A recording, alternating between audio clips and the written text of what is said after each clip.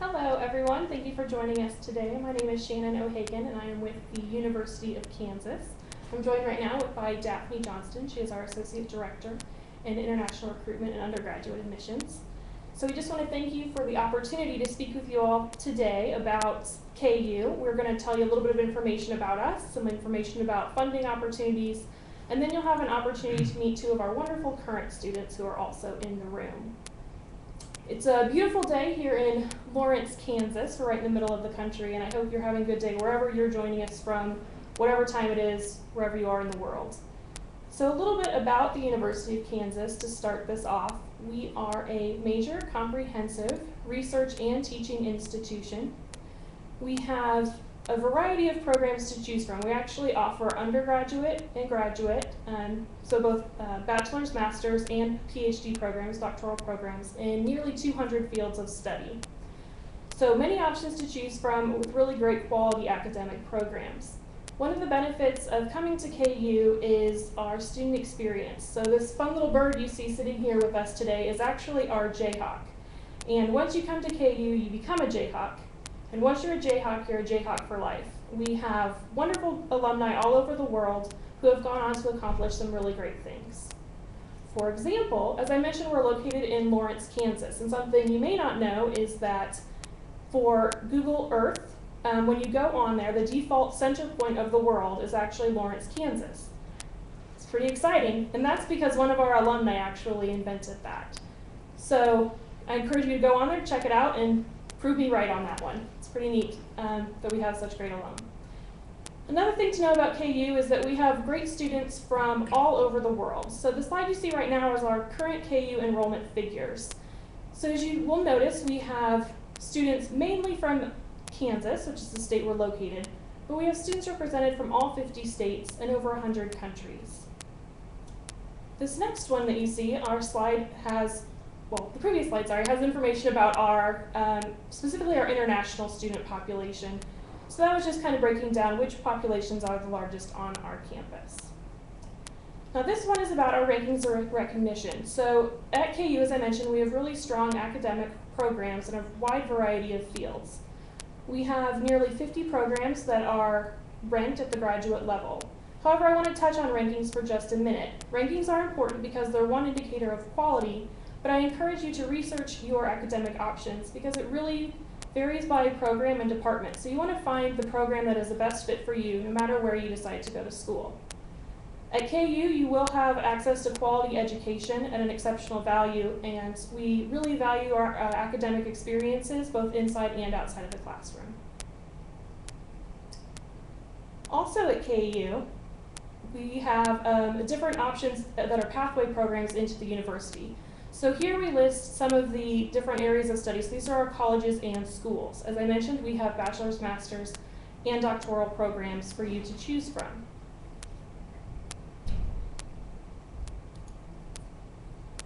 So we also have on this presentation different information for costs, for scholarships, for different opportunities for you to engage as a student while you're at KU. I will pass it over to Daphne to talk about scholarships, and then we will pass it over to the students, and really what we want this to be is interactive. So please feel free to type in your questions. The information will be scrolling through in the background as we speak, and start typing those in whenever you have a question that we have not addressed. Look forward to hearing from you, and here's Daphne. Hi everyone, we're so happy that you tuned in today, and we've been enjoying chatting with you all morning, students from all over the world. KU is a great place, as Shannon has said, and it's an economical place. You get a good value for the money that you invest in your education here. We think we're moderate in our costs when you compare us to other large public universities, and actually low cost when you compare us to private universities in the United States. And there is information on our booth. It's easy for you to find. If you hit that information button in the middle of the booth, you can call up a whole, probably up to 25 different sheets that you can actually download and print and save, including information about our costs and about our scholarships and graduate funding opportunities. I'm going to talk first about the undergrad scholarship opportunities. These are scholarships that are available to freshmen and transfer students in any major, and they come at the time of admission to the top candidates in our applicant pool. These are scholarships that are awarded by our office, International Recruitment and Undergraduate Admissions. The first thing to know about them is that they are merit-based, not based on financial need. That means that we do look at the students who have the best grades, the highest test scores, and an excellent profile showing leadership and activities of many varieties that show a well-rounded student who will make a significant contribution to our university when they're here. So we get many hundreds of applications each year. We only make our scholarship awards in the fall, so these are, if you want to be considered for a scholarship working on your bachelor's degree, you should make your application early for the fall semester. That scholarship deadline is January 15th, even though our other deadlines extend beyond that date. We want to have a complete application for anyone who wants to be considered for a scholarship in by that deadline. And the complete application doesn't just mean the form. You do need to fill out the form online or send in a paper or a PDF copy of a form. But also we need all your academic records, your official test scores, both for language, that would be the TOEFL or the IELTS. And generally we require the ACT or the SAT examination scores for our scholarship applicants. The GPA is one of the first things we look at. We will convert your grades from your country or your system of education to our 4-point scale.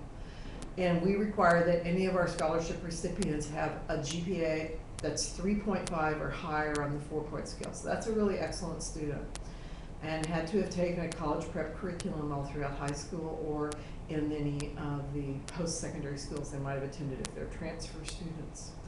Also required are the financial documents, essays, references, usually from teachers or counselors, and a statement of purpose.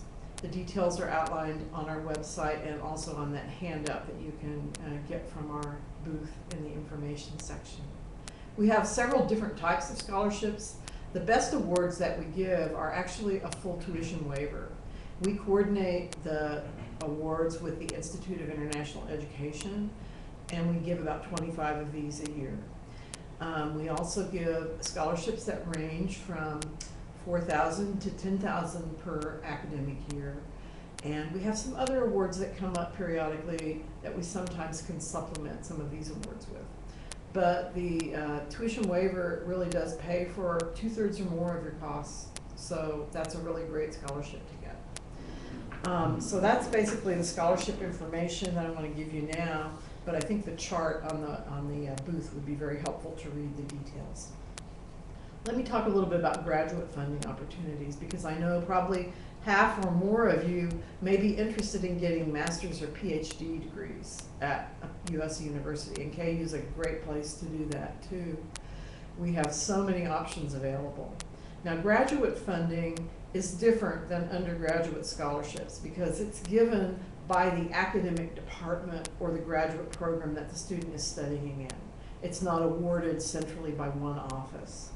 And the types of awards that are given vary quite a bit from program to program. Some programs give primarily teaching or research assistantships. This is what we call GTA or GRAs. This isn't really a scholarship, but it's a contract with the university and that academic department that the student will be providing services, but they'll also be getting great experience at the same time. They may either be teaching undergraduates in the area that they are studying for their graduate degree in, or they may be doing research with a professor who has a grant for a program. So the GTA and the GRA, the graduate assistantships, are the most common form of funding that's given to graduate, PhD, and doctoral students.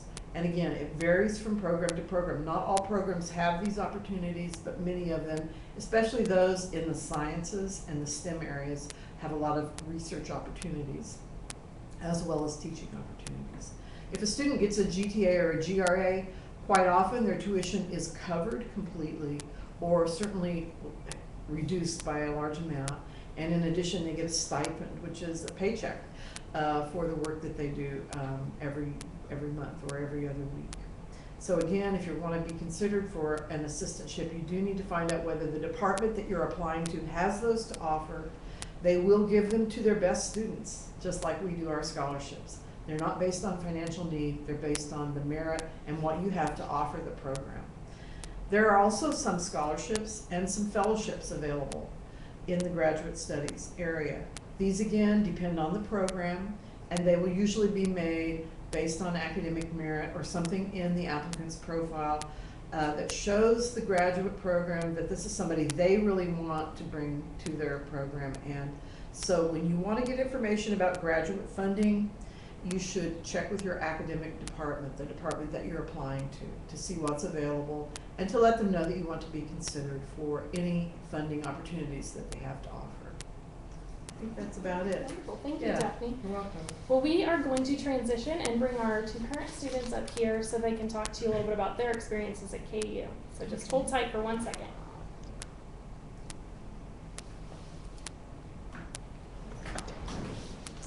Okay.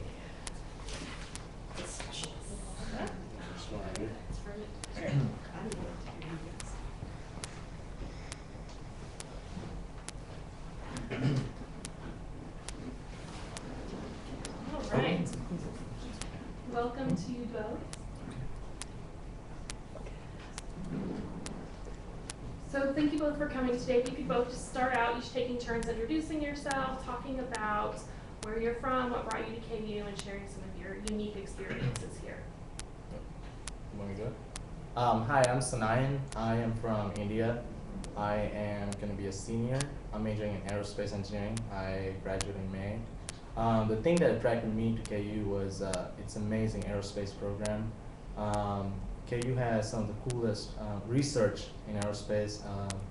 I'm particularly interested in UAVs, unmanned vehicles, and KU has an amazing program, funded really well, and some projects that are NASA funded, and it's right up there with some top universities in the United States, and that's what got me to the United States in the first place.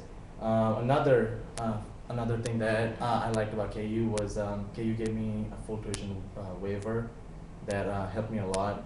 It really helped me manage my education costs. So I basically paid only for housing, and yeah, that's why I came to KU. Well, I'm Melissa Ong, and I'm from Malaysia. I'm majoring in finance and accounting. I came to KU because of the full tuition waiver, first reason. Second reason was because I was accepted by the University Honors Program, and it is the #2 honors program in the country.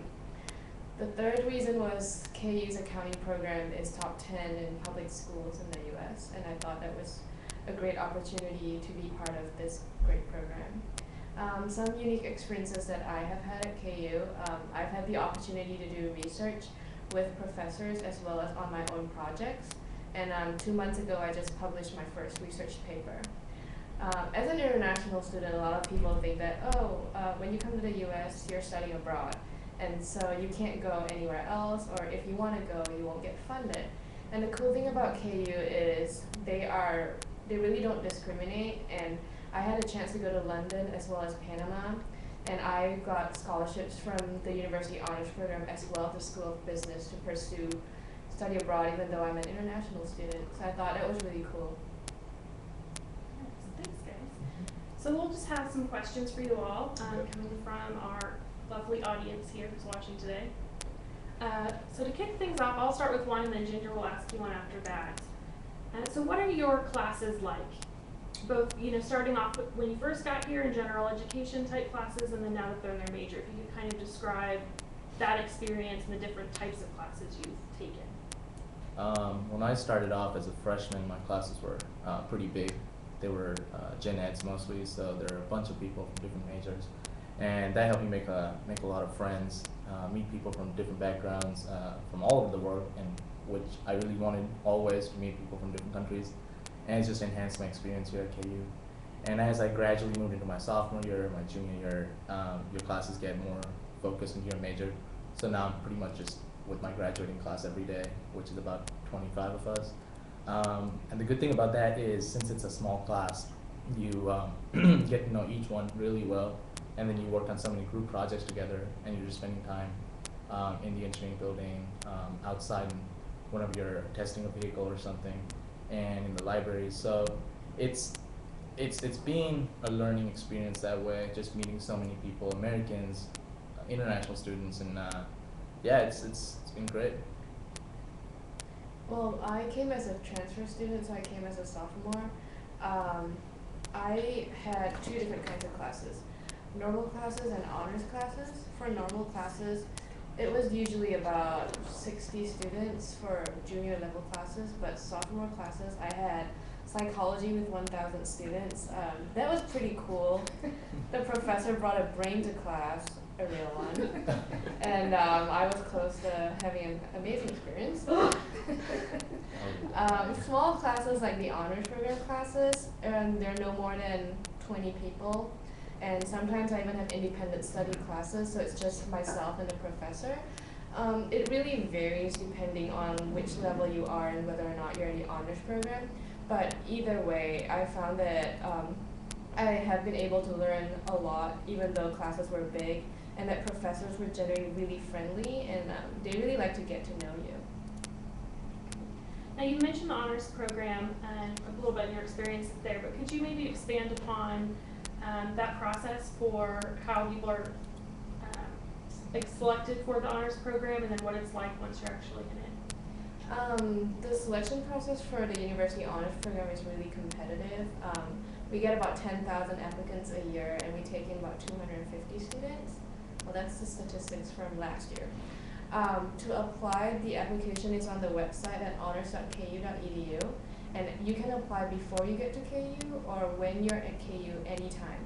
So if you're here for first semester and you've heard about the honors program and you're interested, you can also apply then. It's never too late. Once you get into the honors program, we really do provide a lot of benefits for students. So firstly, I get to enroll before all the basketball athletes enroll. Secondly, I get customized advising. So I have one specific advisor who will bring me through my 4 years. I can talk to her about anything. We have spoken about, I don't know, boyfriends, classes, research. I mean, they're so nice, anything goes. And then besides that, like I mentioned, my scholarships for study abroad came from the University Honors Program. And I have received like resume help and interview help from the honors program through the staff members there. And do you have any advising or other academic support services that you've encountered here at KU? I have an advisor who's a professor of mine in the aerospace department. He's really helpful. So the way it works in the engineering department is when you're a freshman, you come to the University Advising Center your first semester, and after that, from the spring semester, from your freshman year, that's when you get assigned an advisor in your department. That's how it works in engineering. And so my professor, and the funny thing is I've never had a class with him till this semester, this fall. So that's how it works. Sometimes you have a professor who teaches sophomore level classes or junior level classes, and sometimes, as is the case with me, I just knew him as a professor and we talked all the time, and he just answered all my questions, and any sort of advice I had, I needed for the class I want to take, he was always there. I could always shoot him an email, set up a meeting time, anytime he was free, and yeah. So I'm taking my first class with him this semester, and so I'm just excited just because I've known him for so long. So I'm looking forward to that. Yeah, that's great. Yeah. What about some of the campus facilities? What's it like to take classes on campus, to potentially just be on campus between classes? Could you just talk a little bit about what the campus environment is like? I love it. I love Lawrence, and I think one of the most beautiful things I have encountered in life is it's a simple thing, but it's just like walking on Jayhawk Boulevard. You just run into so many people, and it's just a fun experience. Even if you have a 10-minute break between two classes, you can always run into friends, have a 5-minute conversation, run to class, and you'll always run into people and friends you know in other classes that you're walking into. Campus life, I think, is very vibrant here at KU.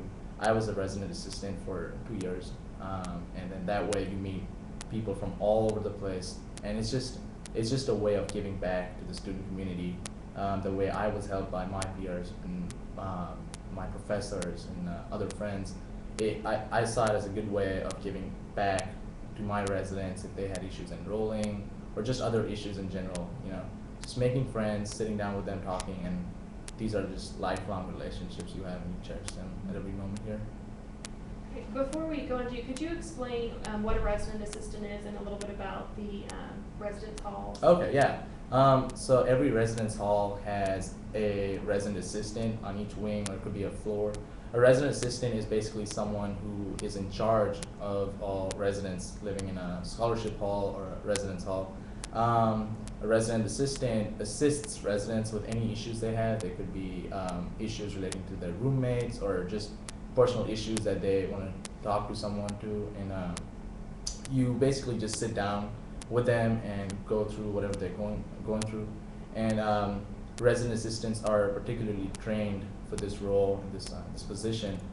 And it's not just you being a resident assistant as you having like authority over residents. It also is a way that you make friends, and that's how I made a lot of friends. I was a resident assistant in McCollum Hall, and McCollum Hall has the highest number of international students on campus, so it's great just seeing so many people and knowing about their cultures. And as resident assistants, you also work the desks at different residence halls, and that way you just see people coming in, going out every day, and yeah, it's a fun experience. Great, thanks. So do you want to talk about facilities or just kind of campus experiences? What I really enjoy about KU is at every professional school or in the libraries, they have computers available for you. There are computer labs, and then you have study areas. And I find it really helpful, if I have 2 hours between classes and I don't have to go to work. It's a good, comfortable place for you to study and focus. And computers are always helpful because there are certain softwares that cost $1,500, which I'm sure you don't want to buy. And so you have access to all those softwares through the computer lab. And now KU just rolled out something new. It's like a virtual lab thing. So even if you're at home and you need a specific program, you can access it from your laptop and use that as a resource. So it's better than having to come to campus and work until 2 a.m. I also like the libraries because our libraries are open 24 hours a day. So it's you don't have to pressure yourself to finish your research by 6 p.m. because you know that you still have a couple hours more to continue with your work. So approximately how many hours do you spend in class each week, and then how many hours do you spend out of class working on studies? Well, it really depends every semester how many hours I'm doing. So this fall I'll be doing 15 hours. And that, as a senior in aerospace, probably means me spending about 25 to 30 hours outside class, just in engineering, just working on homework, group projects, and anything that I really need to work on. So yeah, about double the time you spend in class. Great. Yeah. I have 19 hours this semester, so that would maybe be 19 hours in class and then another 20 to 25 hours after. I don't know. As I progress, I study less. I don't know why that happens. I used to study 6 hours a day, but that doesn't happen anymore because I have other work to do. But yeah, just know your study habits and you'll be fine. Okay. So what do you guys like to do when you're not in class? Are there things to do on campus or with friends in the community? I like going for walks. I walk a lot on campus, and sometimes, now that I'm 21, a lot of my friends, we came together in 2010, part of international orientation, and all of us are pretty much 21 now, so a lot of times, weekends, we like to go to a couple bars, just hang out, talk, catch up, restaurants for lunch or dinner sometimes, and plus the coffee shops on campus. Just get a coffee with a friend, hang out, talk for a bit. Just mostly relax, because when I have time and I don't want to study, I just do anything that doesn't get me near books. I just want to be by myself and just sip on my coffee and just look outside. Because aerospace gets you really, really tired all the time. So I'm just drowsy and running on coffee all the time. But it's a fun experience, just sitting doing nothing. Okay. Yeah. Well, when I'm not studying, I sometimes bring groups of students to volunteer in various nonprofits in Lawrence. A highlight for me for weekends is I will go to the farmers market on Mass Street, downtown, basically. I really enjoy the farmers market because everyone there is so friendly, and then you get to like buy organic food, which I'm really into. It's just a great way to experience the local community on a weekend, and everybody's so nice, especially the international students. They will like talk to you, and then they'll ask you where you're from, and then they'll just make you feel at home. Just people in general in Kansas, I think, are really nice. I've been to the East Coast, and that was a different experience. Not as nice as people here, so it's a considerable change. So it's nice just running into someone you don't know, just, hey, how's it going? You know, how's your day been? And I have no idea who this person is, so just Yeah. it's a Kansas thing. Now, when you first came to campus, was there anything that was surprising or challenging when you first arrived to kind of adjust to that was different from what you were used to back home, or anything it was? What was new to me was just the whole American experience in general. The last time I was here was when I was 4 years old. I had no memories of that whatsoever, so it was starting over. It was weird at first, just knowing that when you walk by someone, you sort of smile and say hi, even though you don't know someone, and that's an American thing. And now when I go back home, I do that. People are like, you know, I don't know you. Who are you? So it's kind of weird that way. And people spoke differently. And although we were speaking English, I'd say something, and they'd be like, no, repeat that. I didn't understand your accent. And so those are different things. And then back home, you have a lot of help from people around you, but here you're all by yourself. So at first that was a little nerve-wracking, just doing everything by myself, like the simplest things that I'd never done, and getting used to that. But over time, I'd say just America just taught me to be really independent, and I like it that way now. I like being independent, and I think it's a good change. It's nice. Yeah. I think initially for me it was hard to move around because I didn't have a car. I still don't have a car, but I've learned how to use the bus systems, and that really helps a lot because when we first came, you just kind of walk everywhere, and sometimes it's hot and it's not as fun doing it alone. But now when you come here, we have like a good international like students community who will be willing to help you out, so you won't have to do stuff alone the first week. And I think that's really nice. Something else that I had to get used to was like what he said, the words that I use. Like here in America, you use Band-Aid when you get a cut. The first time I got a cut, I asked my roommate for a plaster, and her jaw dropped. She looked at me like I was crazy. So then I just had to like figure out those words and not use them in front of Americans, just so that they know what I'm saying. Yeah, for me it was pretty much the same way. It's different growing up on the Queen's English and then saying words here, and everyone's like, you know, you're fancy. Why are you saying it that way? No, like when I see a truck, I'm like, oh, there's a lorry, and they're like, what? Yeah, I used to say that sometimes, and they're like, no, you're not American enough. Like, okay. So it takes time, but then over time, you'll get it. Yeah, you get it, and then so it's just an immense culture shock when you get here. Things are different, and at every step you're just telling yourself, wow, this is America. This is so different. This is so different. There are different terms you use for objects that are called differently back home. But now when I go back, the funny thing is you go through this thing called reverse culture shock. And so back home now you're speaking differently, you're saying things differently, and now your friends don't understand what you're saying. So you're sort of confused, but I mean, it works out. Yeah. So with KU, one thing about the University of Kansas is that we have a lot of traditions here.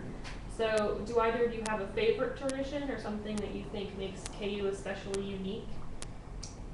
I love waving the wheat.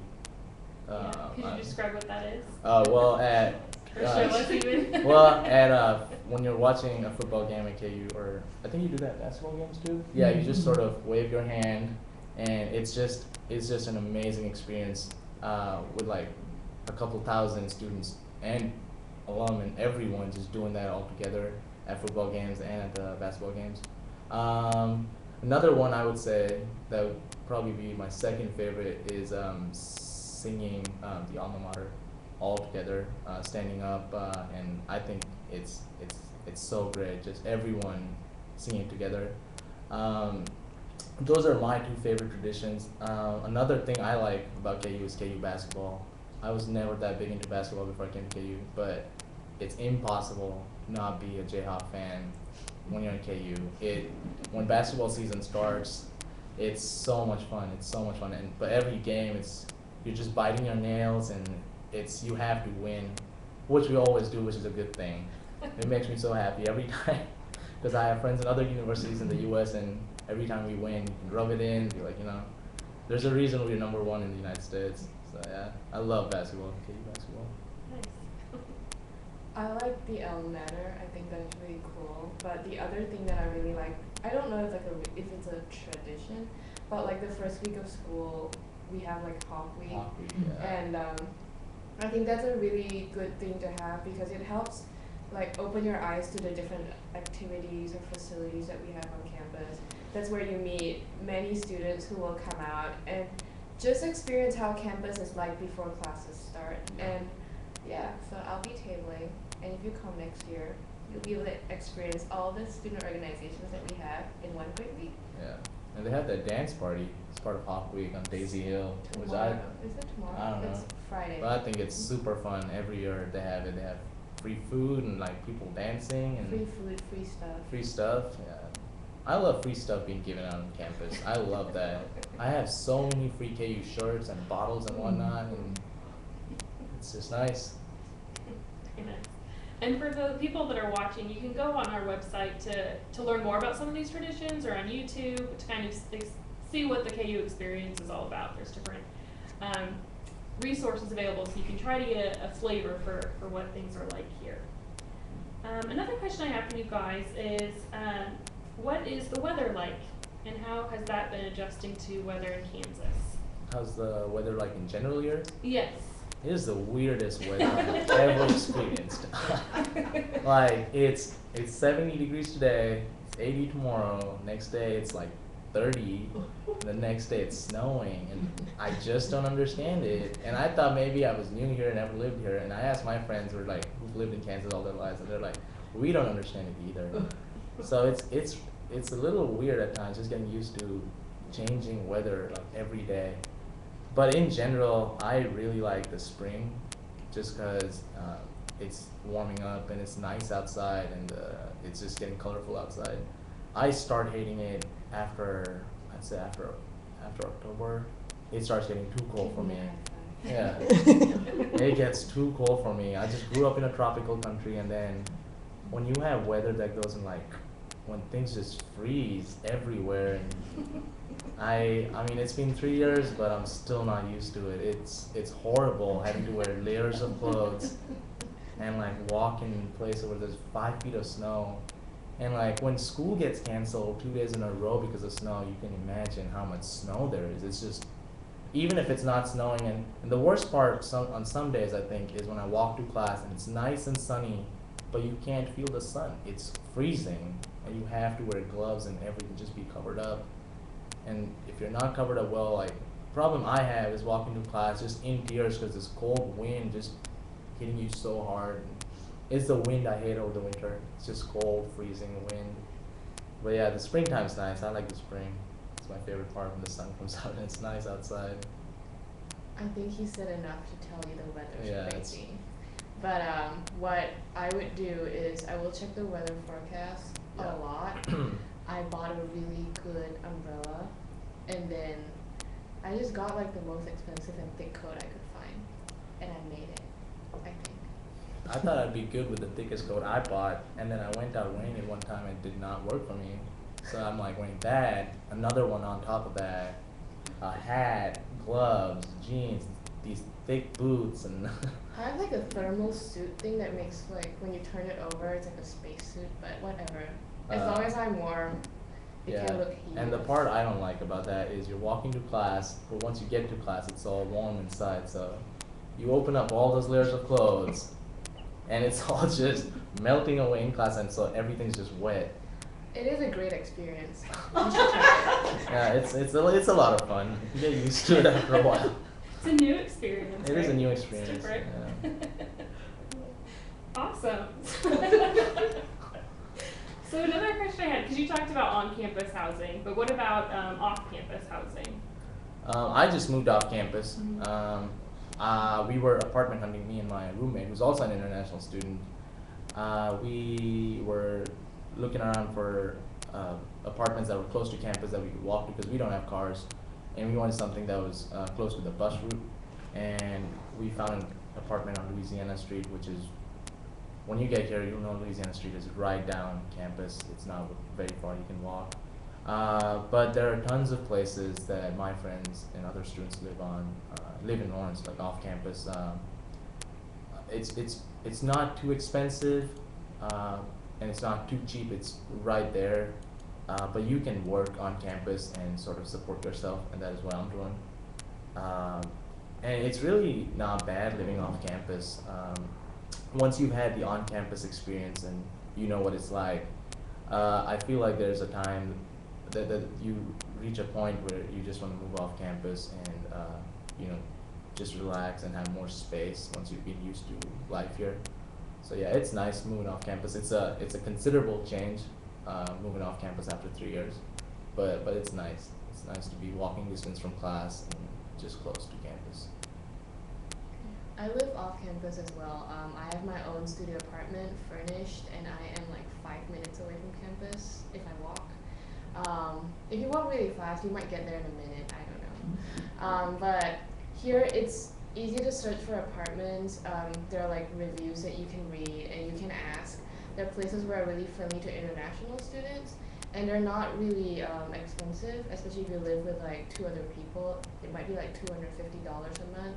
And yeah, I'm sure we or people at KU, ISS will be glad to help you with that. Or after being here, you can live on campus for 1 year, just to experience the traditions and getting to know people, and then you might find someone who you want to live with for the next 2 years.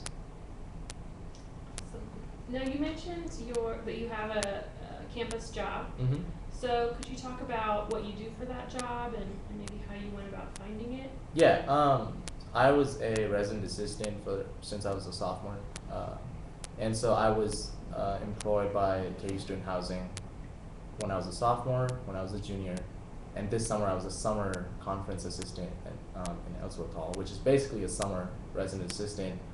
And so I've been with housing.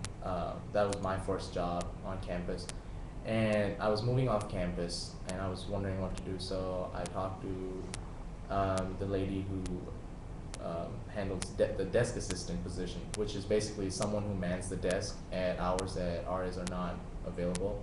And the new rule this year with student housing is RAs don't work the desk anymore, so it's all up to DAs, desk assistants. And this lady, I'd see her at work every day, and she's really friendly, and she's a good friend of mine. And so she said, yeah, you should apply. And so I applied, and I got hired as a desk assistant at Oliver Hall. But as I was saying, living off campus, you're close to campus, but Oliver Hall is a little out of my way. So I spoke to them, and they're really nice people at housing. And so they just let me know today that I got transferred to GSP Corbin, which is 10 seconds from my place. So yeah, it's a pretty nice job. It's not hard at all. You basically sit at a desk. It's basically dealing with people. If you like dealing with people and talking to them, which I love talking to people and meeting people.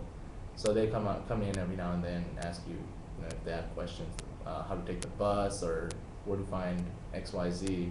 So just assist them, talk to them. So yeah, that's what I'll be doing this year.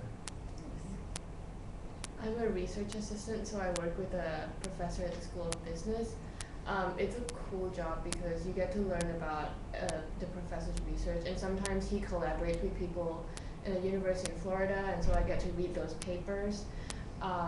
It's flexible, so he adjusts my work hours according to my schedule, and it's a good way to sort of learn about research since I want to be a professor next time as well as get paid for it. One other thing I wanted to say is, as an international student, we can work up to 20 hours on campus, and once you get a job offer, you can apply for your Social Security, which is an easy and painless process.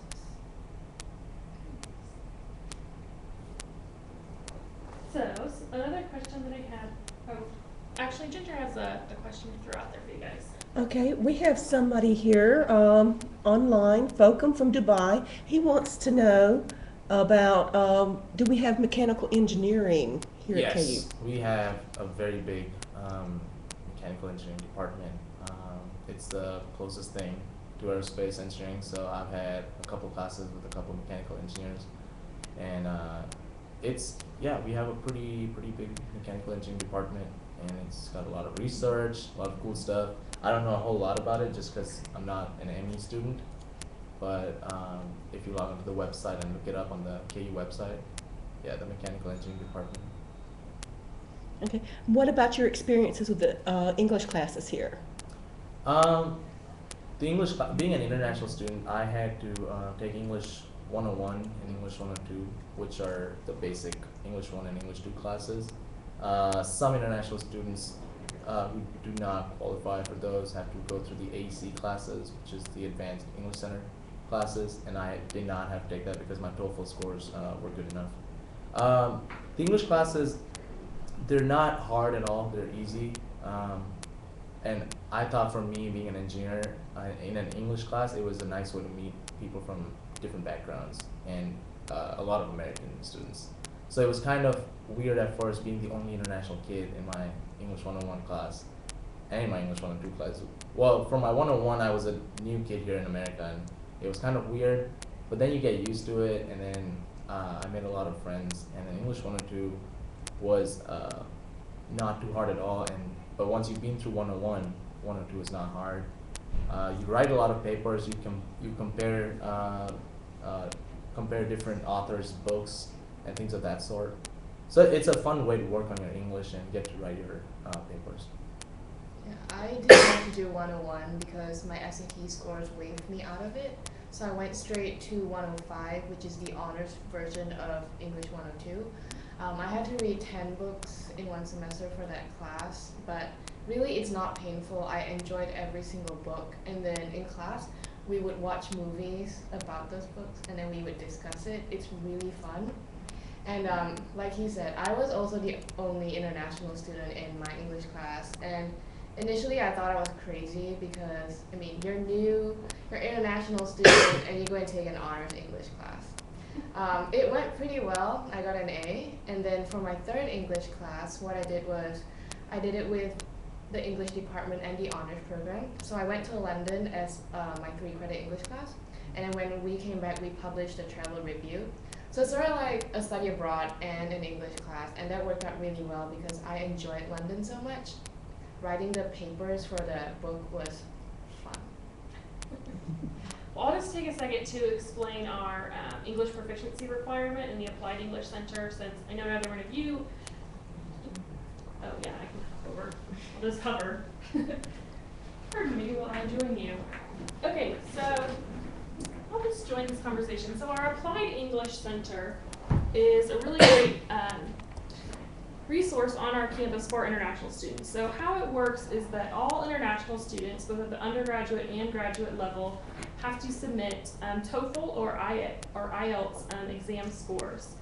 So if you score exceptionally high on those tests, then it is possible that you will not need to take any classes at the AEC. Like both of our students here do not have to do that. So it is possible to obtain a waiver so that you do not have to take classes. However, most students who do not score exceptionally high do need to go to the AEC. Well, everyone checks in with the AEC, and then most students upon arrival will then take a proficiency exam to determine whether or not English classes will be needed with the Applied English Center. So depending on how you do on that proficiency exam, some students will then go straight into all KU classes. Some students may take some classes at the Applied English Center and some at KU. And then some might need to go full-time at the Applied English Center until their English proficiency is high enough to then begin full academic classes at KU.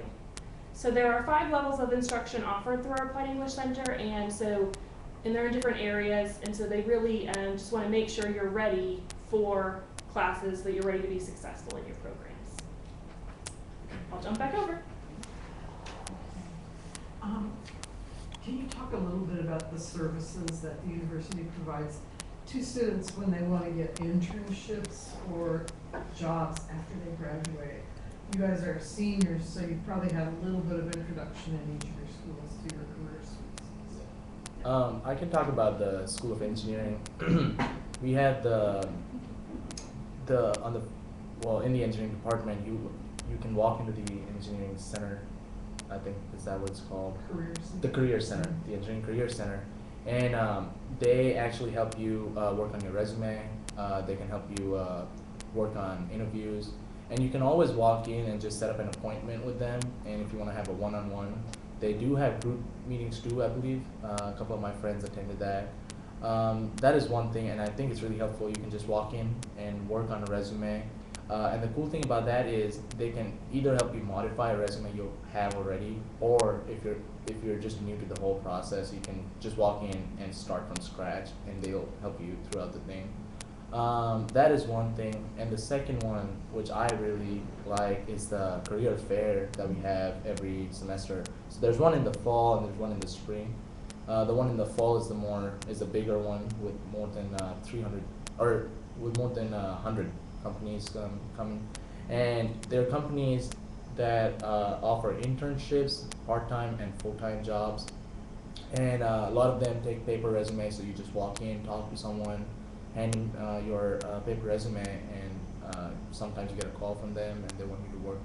And some of them want you to give them your paper resume and apply online too.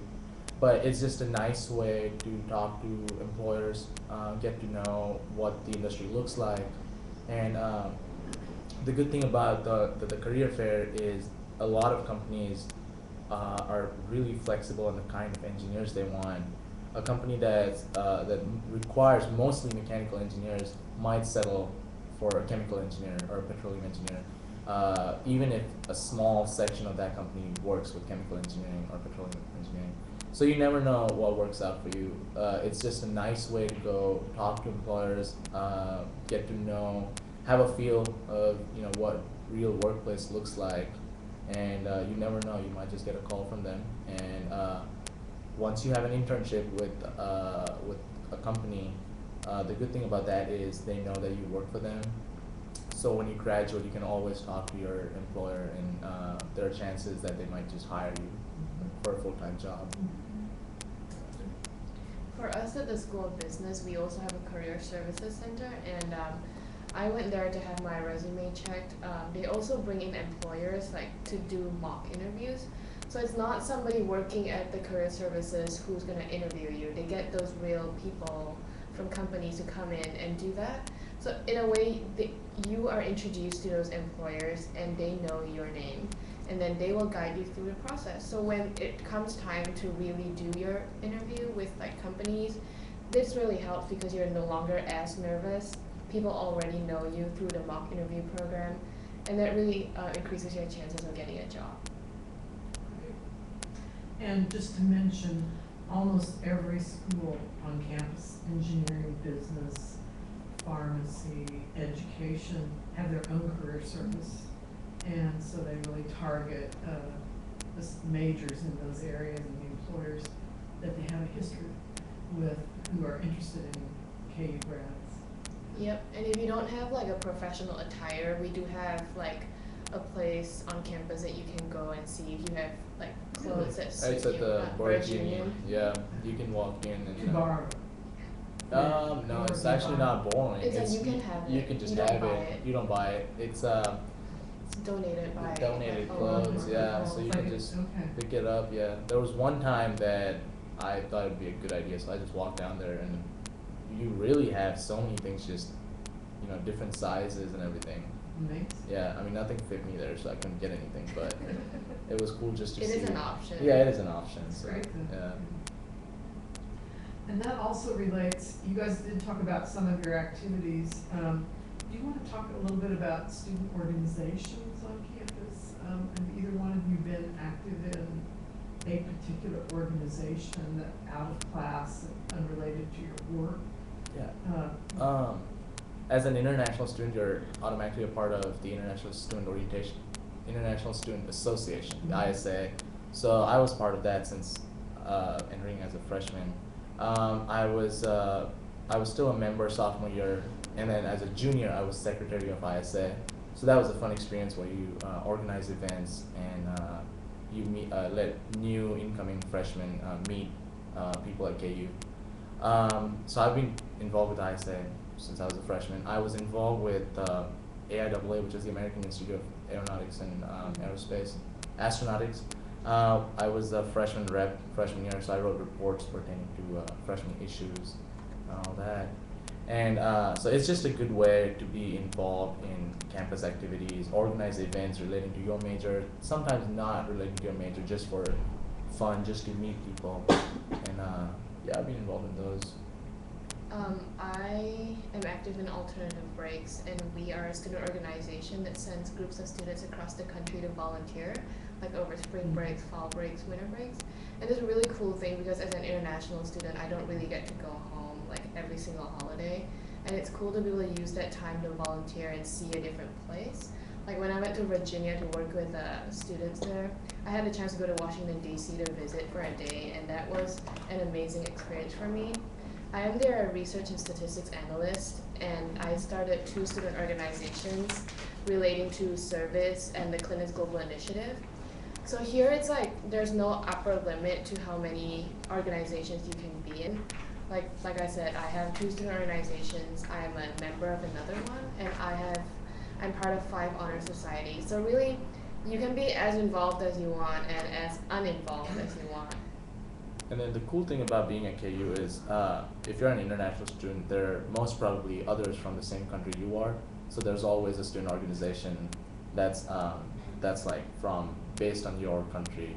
I'm also a part of the KU Cultural India Club just because I'm from India, and so that's kind of a good way to sort of keep in touch with you know, your language every now and then, your culture. So hang out with people from the same country. And also to introduce others to your culture. Yeah. Also. And then also, not forgetting, there's always an opportunity at KU to start up your own organization. If you have an idea that you think is interesting, and if you get a lot of people interested, involved in it, you never know. You could always come up with your own organization. What's the most random student organization you've heard of? Or just an example of one that's just really kind of like a small group of people who have a really unique interest?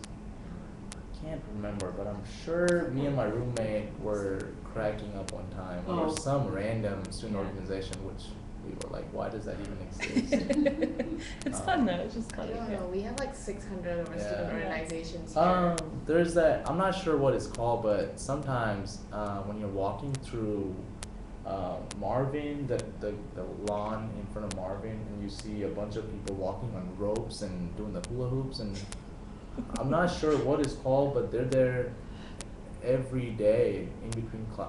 I'm not even sure if it's in between class or if they're, I don't really know. I've like walked and I've seen them every day just walking on ropes in between trees, and guess they're enjoying life, so. Thanks. Well, we are winding down on time, so I just wanted to ask you guys each to maybe, as your last question here, if you could give advice to, you know, students who are interested in coming to KU, things you wish you would have known, those types of things, what would you say to them? Don't go by what America looks on TV and in movies. Lawrence, Kansas, of all places, is not like that. When you land at the Kansas City International Airport and on your way to Lawrence, it's flat. It's just green, and you're on a highway. There are no tall buildings whatsoever. But Lawrence is a fun place. That should not stop you from coming to Lawrence. It's a pretty cool place. And when you're planning on coming to KU, do not do a whole lot of shopping back home. Get here and then buy things you need here. Don't overload your luggage and things like that. It's okay to part with your pillow and your bolster. You can get those here. And have an open mind. And have an open mind when you get here, because in the U.S. you will meet people from very, very different backgrounds. So it's nice to have an open outlook, open mindset. I think what I have is when you come, be prepared to be involved, because you're here not just to get your degree, but also to experience how life in America is going to be. And the best way to do it is just to be active, to go out and meet people, to join student organizations, and just do as many things as you want. Anything else from any? No, I'll just go say goodbye. Okay. Yeah. So, it's been great to talk with you all today, and I think our student reps here have done a fantastic job of sharing their great experiences. We do have a lot of diversity among our students here. These are some of the examples of students who came very well prepared and have made a great success of their time here at KU. And they are, yeah, wonderful representatives. Yes. So thank you. So if you have any additional questions, please feel free to stop by our booth or contact us at the email address here on your screen. Thanks, everyone.